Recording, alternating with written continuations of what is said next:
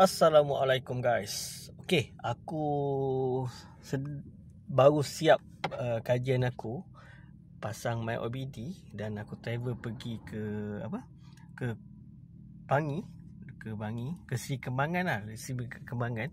Daripada sini 440 km pergi dan 440 km balik. AVG 26.8 AVG. So aku isi minyak dalam 40 liter. So dalam RM80 lah, dalam RM80 macam tu lah. Aku isi dan ada balance lagi 2 bar.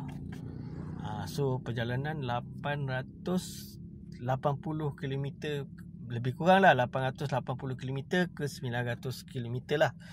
40 liter, ada balance 2 bar.